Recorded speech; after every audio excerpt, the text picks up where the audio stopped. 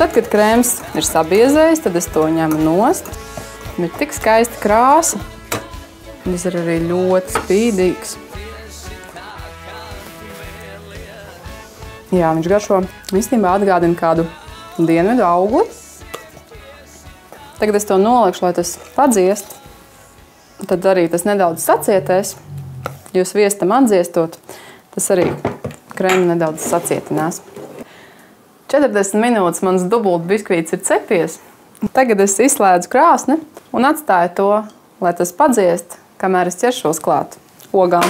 Ja jūs nepārklausījāties, botāniķi baklažānus, tāpat kā tomātus, tāpat kā ķirbi, tāpat kā arbūzus, ir piedēvējuši ogu grupai. Tātad taisīšu baklažānu rullīšus ar gaļas pildījumu, ar sieru pildījumu. Baklažānu rullīšiem es sagriežu tādus plānus, garus šķēles. Pie mums Latvijā baklažāni nav tik rūgti, kā tie ir citur pasaulē. Ja kādam tiešām liekas, ka baklažāns ir rūgts, tad labāk to pirms cepšanas, pirms apslacīšanas ar eļļu ir paturēt, vienkārši apkaisot ar sāli, paturēt zem sloga. Tie ir kā tāda švame, kas uzsūc eļļu sevī. Pēc tam gan, kad beidz cepšanu, to var ar salvetēm nosusināt. Bet arī to eļļas saturu var nedaudz samazināt, ja baklažāns pirms tam pamērcē ūdenī. Pirms lieku baklažānus krāsniņā, tos nosmērēšu ar eļļiņu. Es pat ļoti mazētu gaļu, tāpēc manā ģimenē mēs ļoti bieži izmantojam baklažānus vienkārši gaļas vietā, jo tie ir ļoti, ļoti sātīgi, un ja tiem vēl klāt pieliek treknu sieru, tad sanāk ļoti sātīgi.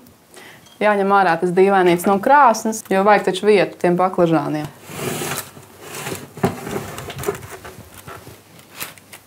Ir smuks. Ieslēdz krāsni atkal uz 180 grādiem. Un šīs baklažānu šķēlītes kārtošu uz pannas, un tad nedaudz pārkaišu sāli. Bet pavisam nedaudz, jo sāls jau ir arī sierā. Un cepot gaļu, tad es arī pievienošu sāli, tā lai nesanāk pārāk sāļš. Baklažānus cepšu, kamēr tie paliek tādi viegli caurspīdīgi, apmēram kāds 20 minūtes. Tad tagad, lai top 2 pildījumi. Viens būs ar gaļu, otrs ar rozīnēm, valriekstiem un 3 sieriem. Vispirms es iemērcu rozīnes suliņā, kas ir no mocarēlas siera. To var, protams, arī darīt ūdenī. Sakarsēju pannu ar olīveļu un tad apcepu gaļu. Gaļa man šeit ir aptuveni 500 gramu. Ņemšu 2 daiviņas ar ķiploku. Vispirms apcepu ķiploku, sāli, piparus.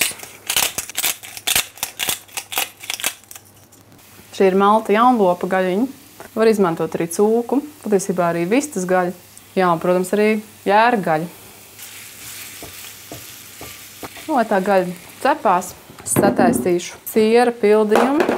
Šis ir parmezāns siers, ko izmantošu šodien.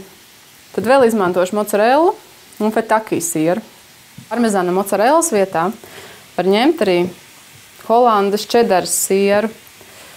Receptē sierus es ņēmu 100 gramus no katra. Drusku uzbaru arī čilī, kā parasti. Izskatās, ka baklažāni ir kļuvuši pavisam pakļāvīgi. Tos var ņemt no krāsnes ārā un nedaudz atdzesēt. Gaļa ir uzcepusies. Tagad sataisīšu abus pildījumus. Es ņemu vienu olu uz abiem pildījumiem. Un pusīt man vajag pārliet šeit, otrā bļodiņā. Jā, aptuveni tā. Atkal vajadzēs ķiploku.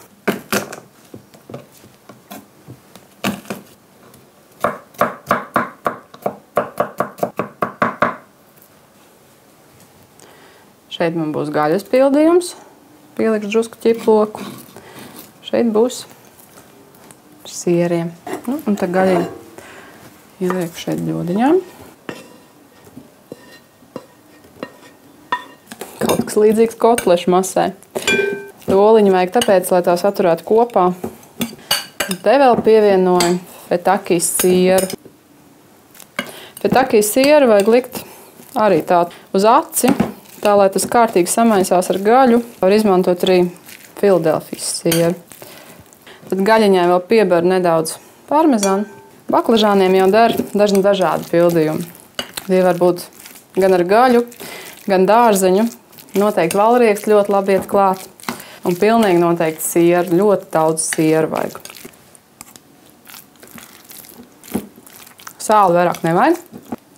Jā, nevienīgi čili pipars, jo vakariņas jau to priekš manas ģimenes, un viņi ir pieraduši pie asām lietām. Gaļas pildījums ir gatavs. Nu tad ķeros pie siera pildījuma. Te ir tā pusoliņa, viena daiviņa ķiploka. Tagad likšu tur fetaki sieriņu. Siera pildījumā es pievienošu rīvu maizi, lai tas būtu tāds stingrāks un neplūst ārā no rullīšiem. Vajag panākt tādu bieza krējuma konsistenci. Tad vēl valriekstus. Es tos sasmalcināju. Jābūt uzmanīgiem no tām čaumaliņām. Ir rūpīgi jāpārbauda. Pielikšu valriekstus arī gaļai kopā ar baklažāniem. Valrieksti noteikti viens otru papildina. Nu, un tāda, lai garša būtu interesantāka, siera pildījumam likšu klāt grozīnes. Tās nospiežu no sulas.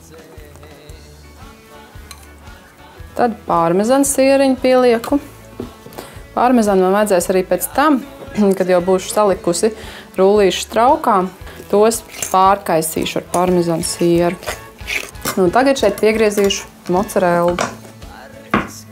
Mozzarellas dzimtene ir Itālija, un klasiskā mozzarella ir gatavota no bifeļa piena. Bifeļa piena mozzarella ir daudz treknāka. Dažādos sacepamos un šāda tipa baklažānu rullīšos noteikti var izmantot arī govs piena mozzarellu. Man ļoti patīk mozzarella. Tā ir maiga, tā ļoti labi kūst. Nu, tagad šo samaisu. Jā, tad vēl ir zaļumu jāpievieno. Pētersīs un piparmētras es griežu diezgan palielos gabalos. Piparmētras vajag nedaudz smalkāk. Tām tomēr ir tāda specifiskāka garša. Smaržo pēc aizgājušās vasaras. Piparmētru nevajag daudz, tikai akcentam. Tagad šo pildījumu samaisu. Un arī šo. Un tad būs pienācis brīdis pildīt to baklažānos. Var redzēt, ka baklažāni ir labi izcepušies. Tie ir kļuvuši tādi nedaudz caurspīdīgi. Tie nav nemaz tikai eļļaini. Tagad baklažāns ir kļuvis pakļāvīgs, un tajā es varēšu viegli ietīt pildījumu. Vienā maliņā es likšu traukam pildījumu ar sieriem, otrā maliņā ar gaļu.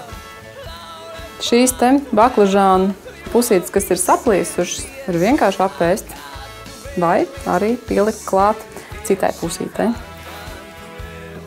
Viņš arī šādi ir ēdams ļoti labi un garšīgi, skaisti. Varbūt nemaz nevajag cept. Šī rullīša tīšana paņem kādu laiciņu. Jūs noteikti varat paaicināt bērnus palīgā, tad ies ātrāk.